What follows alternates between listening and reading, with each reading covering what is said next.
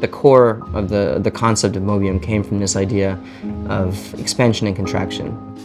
A lot of my creative heroes aren't necessarily designers. Maybe one of the only ones would be an architect, which would be Antonio Gaudi. He has a great quote that says, man does not create, he discovers. Really everything I do when I design starts in nature. Nature doesn't really create anything intentionally, it discovers things. For the MOBIUM shoe, inspiration really started from looking at Puma and its cousins, other big cats.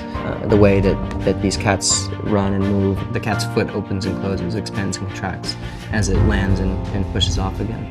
And that really is what gives it its natural cushioning and its propulsion. Then really that led from there into an investigation into the human foot, and that your foot is constantly changing with every step.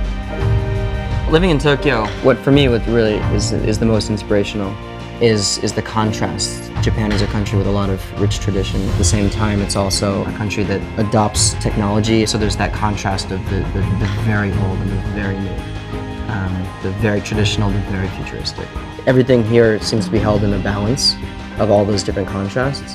Staying at the center point seems to be a very inspirational way of thinking. MOBIUM is the birth of adaptive running, really because it's the first shoe that expands and contracts with your foot. It expands in the right places, and it also contracts. The MOBIUM band helps it to contract in the same way your foot does. The main thing that I'm proud of is just bringing such a revolutionary idea from the drawing board all the way through to the consumer. I guess you could say we've now broken the static barrier in footwear.